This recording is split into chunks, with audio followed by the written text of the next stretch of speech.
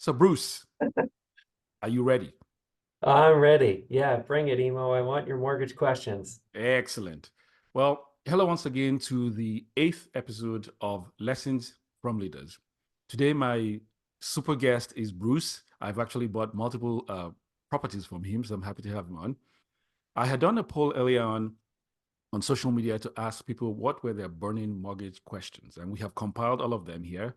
And Bruce is going to help us understand them a little bit better. Bruce, welcome. Thank you, Emo. No, great to chat with you today. And I'm happy to clear up questions. And I love working in the mortgage industry. So I've been doing it for over 12 years. So uh, I can happy to share some knowledge. Excellent. Now, Bruce, before we jump into the questions, there's this one I always ask all my guests. How did we meet?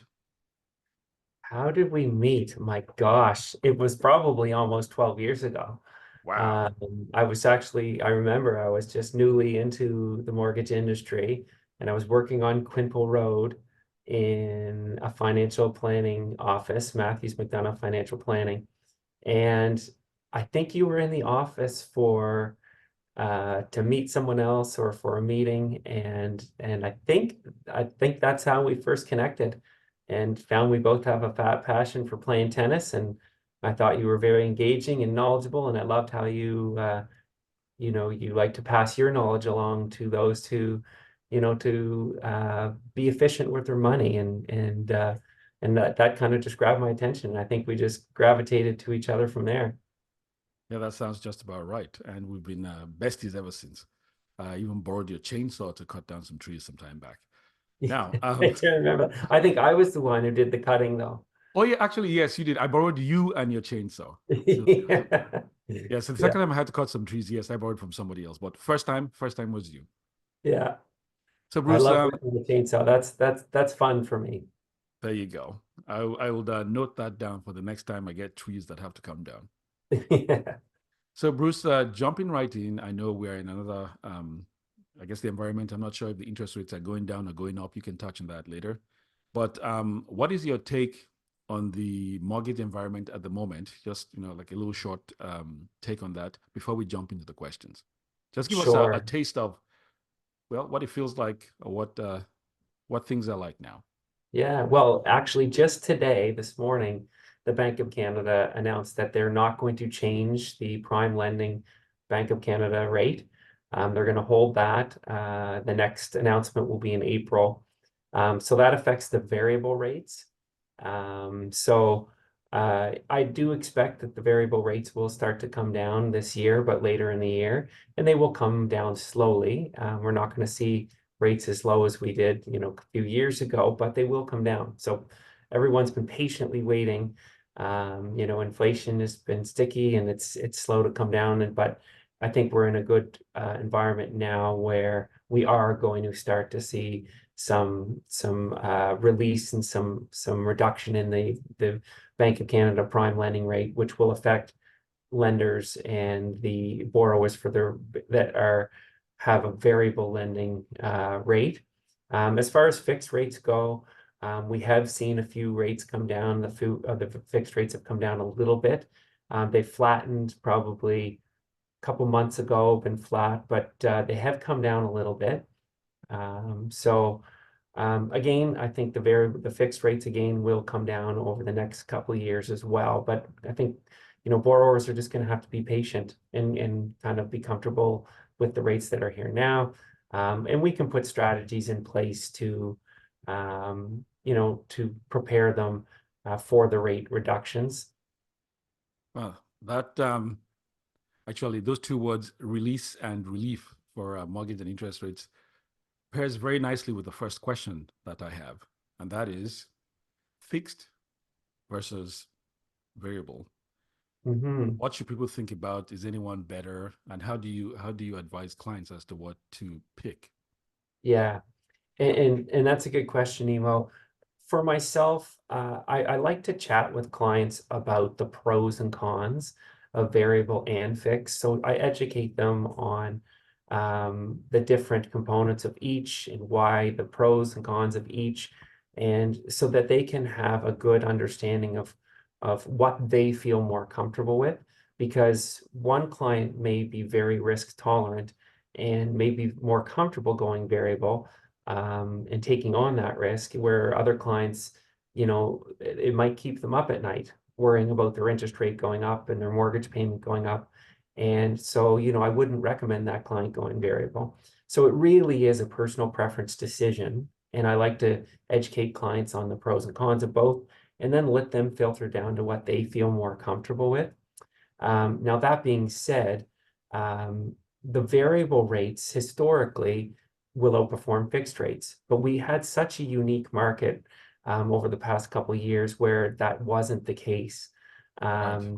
That variable rates are typically going to be lower than fixed rates, and therefore there's an incentive for someone to go with a lower variable rate and to take on that risk, that the interest rate could go up and their mortgage payment could go up. However, there's an incentive to take on that risk to access a lower variable rate. But that's not the case right now. The variable rates are, anywhere from kind of 75 points to a full 100 points, full percentage point higher than the fixed rates. Now, that being said, there is a strategy to put in place where we are starting to get to a time in our economy and an interest rate market where the variable rates are going to start coming back down. So, there are some clients that are comfortable taking on that risk, going with the variable rate, and then riding that interest rate wave back down. So over their 5-year term, their interest rate will come down and the payment will come down. So there are some clients that are considering that and are comfortable with that. There are clients as well that are considering going with a shorter fixed rate term versus a variable term, to go with a 3-year term or 5-year or a 4-year term versus the more common normal 5-year term. Now, the 3-year fixed rate is going to be a little bit higher than the 5-year fixed rate. So, the client will want to consider that. But if the client feels strongly that interest rates are going to come down quickly over the next 3 years, it will give them an opportunity to lock into a lower interest rate sooner. Now, that's the theory. There's no guarantee that's going to happen. And it could be one of those scenarios where, a bird in the hand is better than two in the bush. Right. Looking at a 5-year fixed rate that's lower and a smaller payment, it's more comfortable than possibly going with the 3-year fixed rates that's a bit higher, assuming that rates are going to come down and how fast they'll come down. So there's a lot to consider, and like I said, when it comes to it, I like to educate my clients on the pros and cons of all the options and let them filter down to what they feel more comfortable with. I don't like to push my clients in one direction or another. Well, that's why I picked you, right? Because you're no pressure. In the end, people have to make decisions that they're comfortable with, that, like you said, they could sleep well at night with. Great answer. The next question has to do with down payment and down payment options. Could you just talk a little bit about that? Yeah, absolutely. And that's a very common question, especially with first-time home buyers. So the minimum down payment that a client can use to buy a home is 5% down. And then up to anything with under a 20% down payment, the mortgage needs to be insured with default insurance. And it's insurance for the bank, even though the client pays for it. It's a bit of a funny situation, but it does protect our banking system. And it is the banking guidelines and rules. So it is what it is. You just have to play within the rules. Is this the And CMHC? yeah, so CMHC is one of the 3 insurers. There's CMHC, the Canadian Mortgage and Housing Corporation. There's Sagen and Canada Guarantee, which are 2 private insurers.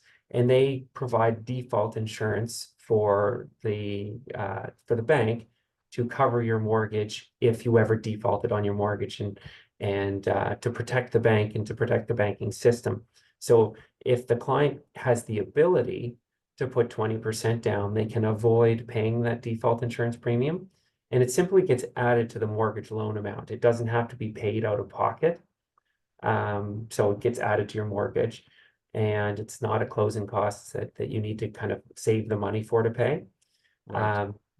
But so yeah, and it's tiered as well. So the minimum is 5% down, but if the client goes up and puts 10% down, the default insurance premium goes from 4% down to 3.1%. And then if the client gets up to a 15% down payment, the default insurance premium would drop down from 3.1 to 2.8%. And then if the client gets to 20% down, then there's no default insurance premium that needs to be paid, which is great. So in And essence, another thing, the more money you put down, the less you have to pay. yes, exactly. As far as the default insurance premium goes, that's right. Okay. Um, Now, I mentioned the minimum down payment is 5%. Now, there are options for the client to borrow their minimum 5% down. So we are very fortunate in Nova Scotia to have the Nova Scotia Down Payment Assistance Program. And what it is, it's a 10-year zero interest loan that's Okay. offered by the provincial government, the Department of Housing. And it's a really great program. There's only a set amount of funds there for clients to access. Once the funds are gone for the year, they're gone. We haven't been in a situation where that's ever happened, but there is a set amount of funds every year for this program. Um, and so it's a great way for a client to get in a new home that, has acceptable credit, has acceptable income, but simply hasn't saved or isn't able to save the funds for their down payment. They can borrow the money from the provincial government to buy their first home. And there are a bunch of qualifying guidelines to qualify for that program. But it is a great program. And if the client doesn't qualify for that program, I do have a couple lenders that offer what's called a zero down mortgage. So Okay. basically, the lender will lend the client the minimum 5% down that they need. Okay. Now, do you have links to all of this? Because in the end, I'm going to get links to your business and to all the other reference points that you mentioned. Absolutely. Yes. Yeah, for sure. I've got links I can share with you and your listeners. So be happy to do that. Excellent. Yeah. Now, another thing I got, and especially from newcomers, was Oh, closing oh, costs. I'm going to add one more point there, Emo. All Sorry. right, go ahead. No, it's your Sorry to show, so go interrupt. ahead. Yeah, with regards to down payment, if the client doesn't have their own funds for their down payment, they can use the Nova Scotia Down Payment Assistance Program, the Zero Down Mortgage Program. The other thing to mention, though, is that um, if they have access to family funds, they can tap into gifted family funds to help with down payment. So that's another option for a Now, client where do that may those not have funds it. have to be, and what does proof of the funds look like? And I ask that question because you could have somebody who is in Canada here, Hmm. or family funds are outside of Canada, right? So Yes. how does that work? Yeah, so the lender's going to want proof that the funds are available. First, they're going to want the client to fill out, every bank has their own separate gifted family funds letter that the client would sign and complete. And then the parents or whoever the family member is that's gifting them the money, they would sign that letter as well, stating that, their relationship to the client, that they're a parent or a sibling or a grandparent, the house that's being purchased, the amount that's being given, and it states that it is a gift, it's not a loan. And so they're signing this letter stating that it's a gift, not a loan. So that's the first step, is they need to complete that letter that the bank will provide. And then some lenders will also want proof of where the funds are coming from. So they'll want a bank statement from the parents saying the funds are there. If the funds are coming from overseas, they'll typically want copies of the banking transfer documents and the transfer proof of transfer of the funds. Um, they'll want that as well. And then they'll want to see proof that the funds have landed in Canada or landed in the client's bank account. So they'll want a bank account statement showing the funds are in the client's bank account ready to go prior to the closing date for the new home purchase. And the deposit going into the bank account needs to match the amount that was on the letter to the penny. And if Okay. it doesn't, then we simply just need to get a new letter signed that states the exact amount that was deposited in, so it matches. Okay.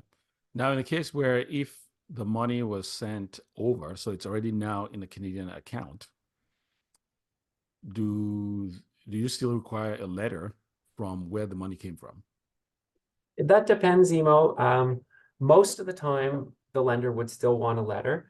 I would say this, the lender would say to the client, if it makes sense that the client has these funds in their account and where the funds came from their own resources. But if it doesn't make sense, if they look at their income and they say, well, it would have taken the client, 20 years to save up this money given their current income type of thing, they would say, well, where did the money come from? They Right. always want to know where the money came from for proof of down payment. So they want 3 months transaction history from bank account to confirm that the funds are their funds and where they came from. If there's any large deposits into the account within those 3 months, the lender's going to want to follow the paper trail to know where the funds came from and to confirm that the down payment funds came from the client's own resources. Okay, that's good. Good Yeah. information. And again, it's great that people have access to you. So if they want to dig in a little deeper, they could call you and get answers to those kind of questions. Now, the next question they asked had to do with closing costs, and I think it was just to get some sense of, I guess, some percentage or ratio they could use to estimate their closing costs. Yes, no, exactly. There are standard closing costs. The biggest one and the main one is called the deed transfer tax. So when someone buys a new home or condo or cottage or income property, there's always going to be a deed transfer tax. And it's basically the tax to buy the property and to move the deed from the current owner to you, the buyer. The deed transfer tax is 1.5% of the purchase price. So that's the largest closing cost. Okay. And the next one would probably be the legal fee for the lawyer to close the purchase legally and to close the new mortgage contract legally. And a legal fee for a purchase is typically around $1,300. Okay. So the client needs funds for, their own funds to cover the deed transfer tax, to cover the legal fee. There are some smaller closing costs that vary. There's a property tax adjustment. So property taxes are paid every 6 months in advance in Nova Scotia. And so let's just say the property taxes are $2,000 a year. They're paid every 6 months in advance. So $1,000 every 6 months. And, it's great for clients to pay them monthly automatically, which send them a big property tax bill never sneaks up on them. Mhm. But when you buy a house, if you buy the house in the middle of that tax cycle, you have to reimburse the seller for property taxes that they paid for in In advance advance. but haven't used yet. So if you buy right in the middle of that 6 month tax cycle and the taxes are 2,000 a year, 1,000 semi-annually, then you would have to pay $500 as a property tax adjustment. So that's the property tax adjustment. There's also a fuel adjustment. So if you're buying a home that's heated with oil, it has an oil tank and a furnace that burns oil, for example, which many homes in Nova Scotia do. The seller has to leave you a full tank of oil when they can't sell you the house with an empty tank or half an empty tank. They have to fill it and sell it to you. And so you have to reimburse the seller for the cost of that oil.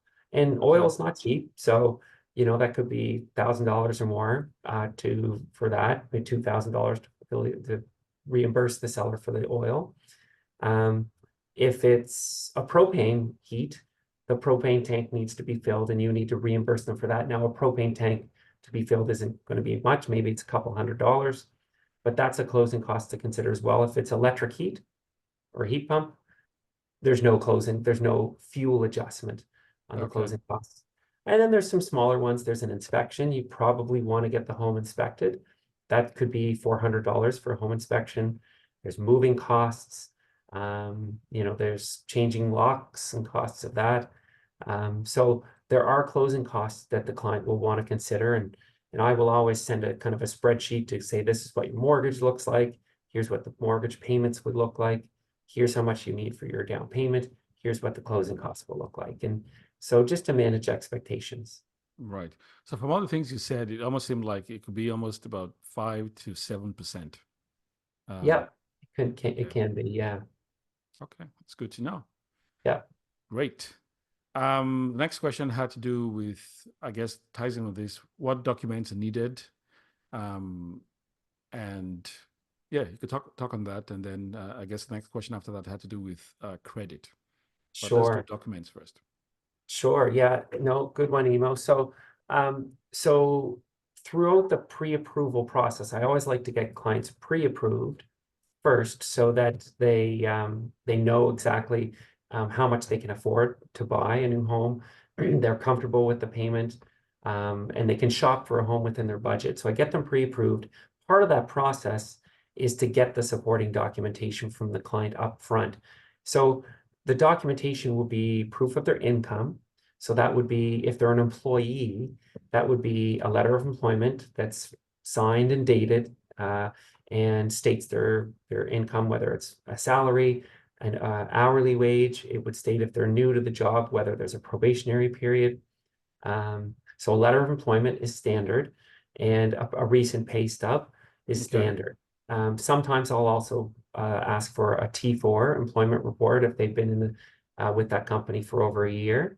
That's standard for proof of income for an employee. Now, if anyone has fluctuating income, maybe they're a realtor or a mortgage broker, or they have commission income, maybe they're a car salesman, any income that's fluctuating, the lenders will typically want to see a 2-year history of the client earning that fluctuating income, and they'll use a 2-year average.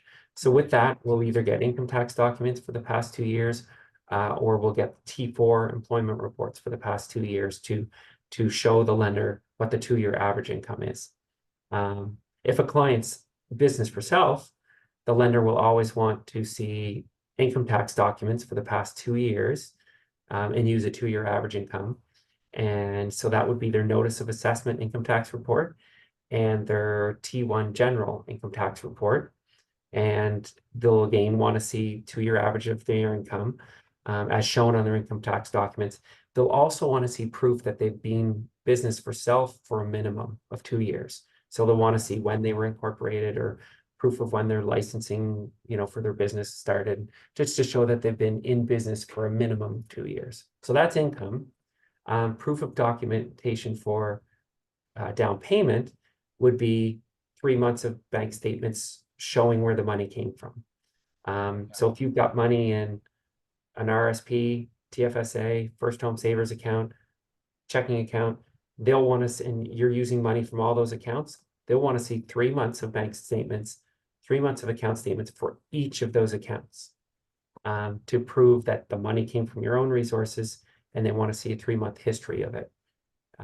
Believe it or not, that's anti-money laundering banking guidelines and regulations. So it's the bank needing to have that documentation in their file in case they're ever audited, because they need it for their guidelines. Due diligence, I guess, is what Yeah. like. And if it's gifted, they need the gift letter as well. But yeah, so they want proof of the down payment, where it's coming from. Standard will need proof of ID for compliance purposes. We'll need a void check to confirm which bank account the mortgage payment's going to be coming out of for the client, or a pad form.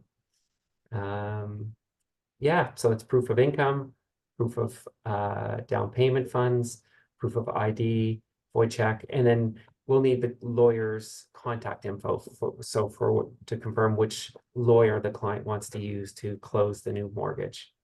Okay. Now, say somebody wants to buy a house, how far back should they start getting all this paperwork ready? Well, if a client is keen to buy a new home, the first thing they should do is talk to a mortgage broker and get pre-approved.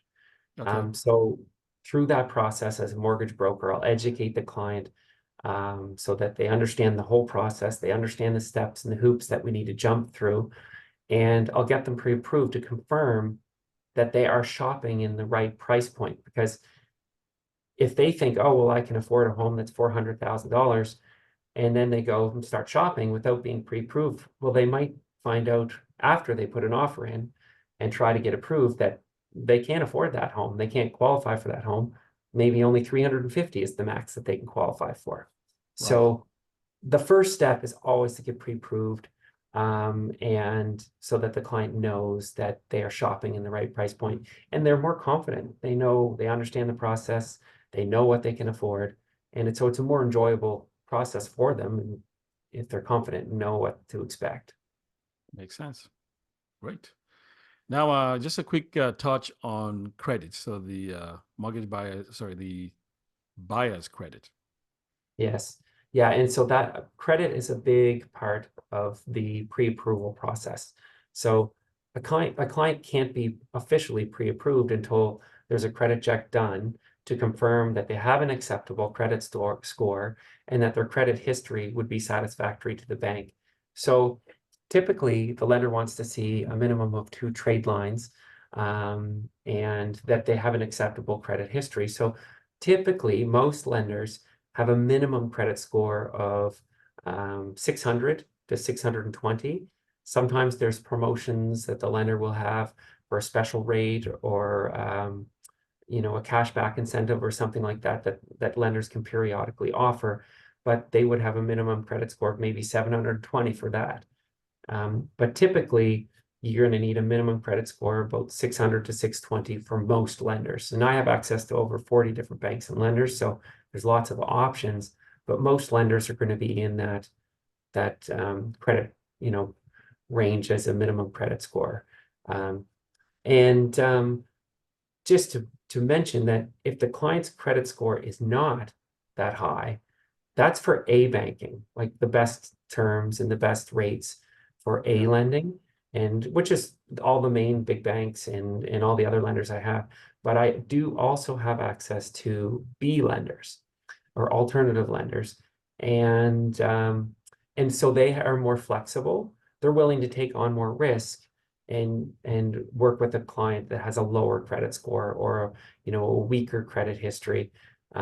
Maybe they had some bad credit, maybe they were bankrupt or had a consumer proposal or had some bad debt that was, late, or, credit that was over their limit.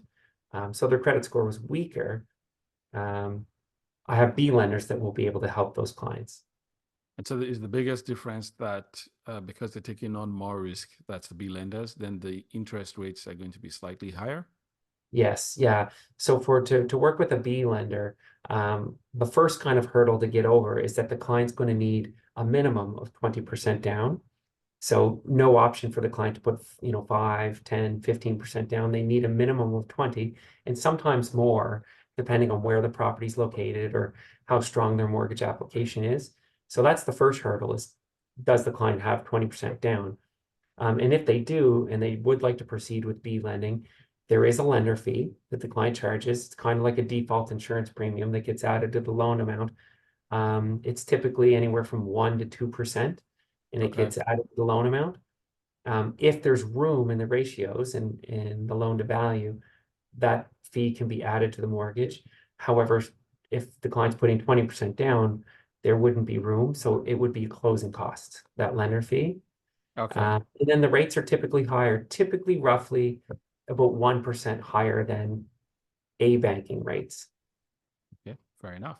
A B lending mortgage, it's going to be for a 1-year term, a 2-year term, 3-year terms is the max, but it is a short-term lending solution. So it can, if a client has some poor credit and they want to buy a home, they can go with a B lender, and maybe they only need 1 year to improve their credit, so that they can therefore qualify for an A lending mortgage in a year's time. It's not like you're stuck being a B lender client forever. It's just a short-term solution to help you get into your new home. Makes sense. Now, Bruce, we have about, I think we have about 8 more minutes. So one of the things I wanted to talk about had to do with newcomers to Canada, any alternate finance products or options that are out there. And then Yeah. last, I want to give a little bit of time for you to just, talk a little bit about your company and yourself, and then we'd wrap it up with that. Sure. No, absolutely. Yeah, so there are most lenders, not all of them, but most lenders have what's called a new to Canada mortgage program. And so that there's added flexibility there. And what I would say is that the new to Canada mortgage program, it really is a credit flexibility program. because a lot of new Canadians, they come to Canada and they would, they would get a credit card and maybe a line of credit or a cell phone account. So they're starting to build credit, but it takes time to build your credit up. So if they want to Yes. buy a home, and through the regular guidelines, they wouldn't have a minimum credit score yet. So it's difficult for a new Canadian to buy a home without going through the New to Canada program, where the lender would be flexible with regards to their credit score and their credit history. So it's really more along the lines of a credit flexibility program than it is kind of New to Canada program. But so it is great. It adds lots of flexibility, so the client doesn't have to wait until they have the established minimum credit score. Right. Now, New to Canada program, they still will want to see that the client has been employed a minimum of 3 months in Canada. They're still going to want to see that they have provable income. And they are going to want to see that the client has the income coming in, the proof of income documentation that I'd mentioned previously, so that they can qualify. Okay. But the credit is going to be more flexible. Okay, that makes sense. Right. So now I guess you can talk about, first-time home buyers and RRSP options for funding for a mortgage. Sure, yeah. So down payment, I mentioned down payment earlier. Down payment can come from a RRSP account. Up to $35,000 can be taken out of your RRSP and used for down payment for a home if you're a first-time home buyer. And a first-time home buyer is someone that hasn't lived in a home that they've owned within the past 4 years. So it doesn't necessarily, you could still be a first-time home buyer if you owned a home previously, but haven't lived in that home for 4 years. So the caveat is you need to replace that 35,000 to your RSP over the next 15 years. Okay. If you don't, then the government will say, well, that's income, and then they'll count it as income. The other is the First Home Savers account. It's a relatively newer kind of saving tool for clients to open a First Home Savers account. It has a maximum of $40,000 that you can save up into it. And it works like an RSP that you can reduce your income, and so you're taxed on less income if you make a donation to your First Home Savers account, and you can put up to $8,000 a year into it. So I recommend young potential home buyers open one up with their bank or their financial planner, and just put $50 in it, put $25 in it, and then you've got that room available and you've started the process. And so next year, when the calendar year rolls over, you'll have another 8,000. Now you've got $16,000 of room to save. Right. Whereas if you wait, until you're getting closer to ready to buy, and you open up a First Home Savers account and you open it up, you just have $8,000 of room available. But it's a great tool. You can use those funds, take out the 40 grand if you've saved up that much in your account and use that towards your down payment. You can also combine and use RSP funds and First Home Savers account funds, both for your down payment. You can use both of them as a tool together. And the different from the RSP is when you take out funds from your First Home Savers account for your purchase, you don't have to replenish them. And if you don't use them for your first home purchase, or you use some of them but not all of them, you can transfer funds from your First Home Savers account to your RSP account or TFSA account after. That's good. Nice. So somebody buys a home, they need to do some improvements. I think there is something about is it purchase improvement? Yeah, the Purchase Plus Improvement Program is a great tool. It gives a client an opportunity to include some of the renovation costs of fixing up a new home and packaging them up into their new mortgage. There are a few kind of key points with a Purchase Plus Improvement mortgage that a lot of clients aren't aware of and may be surprised by. The first one is that the client needs to have the money saved or access to the money to do their renovations that they plan to do. And then the bank will reimburse them those funds once the renovations are done. Okay. So, yeah, so or they have to find a contractor that's willing to do the work, knowing that they won't be paid for that contract work until the work is done and the bank releases the funds. So the bank will send the money to the lawyer for the purchase to close the home, but they'll instruct the lawyer to hold back the improvement funds, the renovation funds, until it's proven that those renovations have been completed. Makes So sense. that kind of is one thing that can throw clients for a bit of a curveball, is that they're like, well, I'm going to get the funds for the improvements, but I don't get them until the improvements are done. And like, that's right. Yeah, you need to either have a line of credit and use those funds, and then you reimburse them, pay off the line of credit when they're done, or use your own savings, or borrow the money from a family member to do the renos.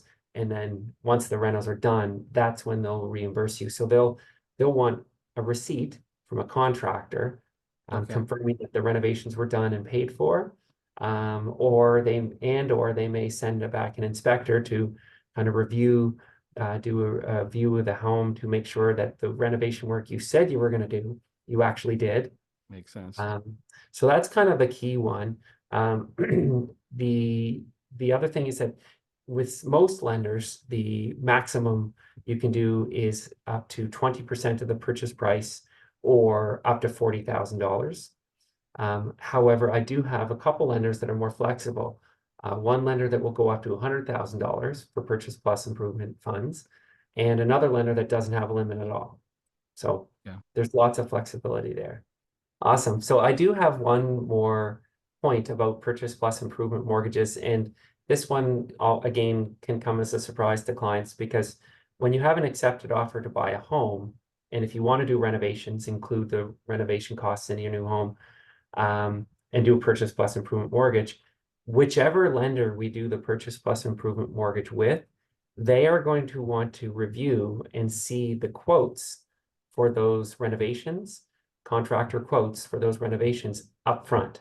Okay. So I always mention that to clients, and it does come as a bit of a surprise sometimes, is that they need to get a contractor in right away to get a quote. And contractors are busy, so sometimes that's hard. But they do need to get a contractor in to get a quote for the renovation work they want to do, whether it's bathroom reno, kitchen reno, new windows, new flooring, new paint, whatever it is, quickly, because I need to get those quotes to the lender underwriter with the mortgage application, because the lender underwriter won't start to underwrite the mortgage file until they have those contractor quotes for a purchase plus improvement. Okay. That's great. Bruce, I need to add one more thing here, and that has to do with refinancing to pay off high interest loans. Yeah, Can you just talk and touch on that a little bit? absolutely. Yeah. So if you're currently a homeowner and you have available equity in your home, there's an opportunity for you to do what's called a refinance and put a new mortgage in place for a higher loan amount, and pay Okay. out the old mortgage. And then if you choose to, you can use those funds, the proceeds of the mortgage, the available equity, to pay down some higher interest debt, or to do home renovation, or to invest in another property for down payment in another property. But it's always a good thought process to consider refinancing and pulling equity out at the interest rate that you will pay on your mortgage is always going to be the lowest interest rate you can get on money. It's the cheapest money you Right. can, is to have it secured, your loan secured by your home, your mortgage. Whereas a credit card, it's not secured by the mortgage, so it's a higher interest rate vehicle. And lines of credit, a personal line of credit, again, it's going to be a higher interest rate as compared to a mortgage. So if you have credit card debt, and you're having trouble paying it down, and if you've got a line of credit debt and you're having trouble paying it down, or any high interest debt, and you have accessible equity in your home, we can do a refinance, pull equity out to replace that higher interest debt, with lower interest mortgage debt, which will therefore you'll pay less interest in the long run. So that's a good option to consider, and we do refinances quite often for clients to consolidate debt. And it's a good financial process to do to save money for the client in the long run and on interest paid, but also it creates an environment where the client can be more comfortable, more financially sound.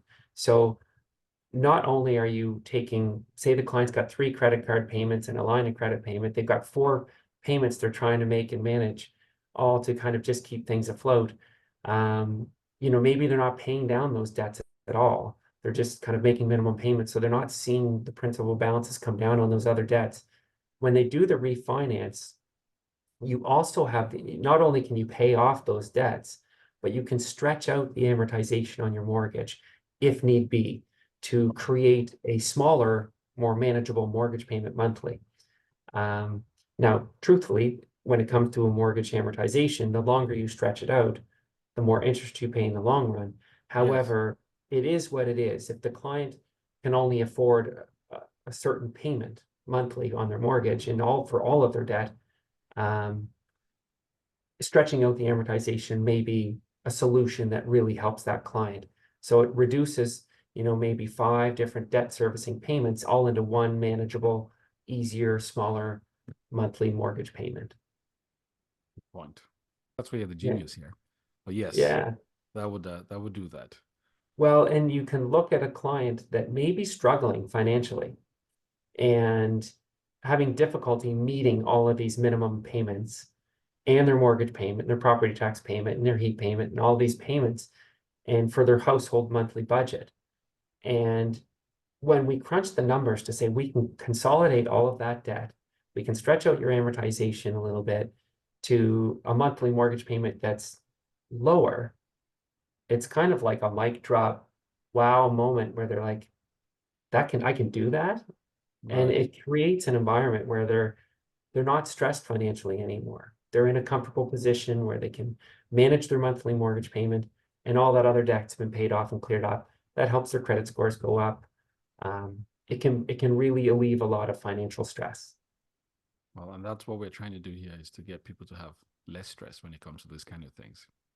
Excellent. Now, Absolutely. Bruce, as we wrap up here, thank you for all that great information. Can you just tell the viewers a little bit about yourself, your company, and how to get a hold of you? And I'm also going to include the links in the description anyway. But you could just talk about that. Perfect. Yeah, no, thanks, Emo. Well, I've been a mortgage broker for over 12 years. I love helping people through the mortgage financing process, whether it's to buy a new home, cottage, rental property, or to refinance. And to reach me, my email address is bruce.lusby@premiermortgage.ca. And there's an E at the end of Premier. It's the French version. And my phone number, 902-210-0515. And website, I believe, is www.bruce.lusby.ca. I'm going to list it anyway, so people will see something to click, so you're good. But yes, you should check that so you know. www.brucelusby.ca. There you go. That's good. Got it. Cool. Well, Bruce, thank you very much for being the 8th guest on my series, and thank you for sharing your knowledge to help people do this mortgage thing a little bit better. And I look forward to the next time I bring you on. I will probably concentrate on something else and dive in a little bit deeper, right? That would be great. I'd look forward to that, and I appreciate you having me on as a guest, Emo. It's a pleasure. It's always a pleasure to chat with you. Excellent. Well, you take care of yourself, and I will talk to you soon. Okay? Sounds great. And Thanks, Emo. thank you.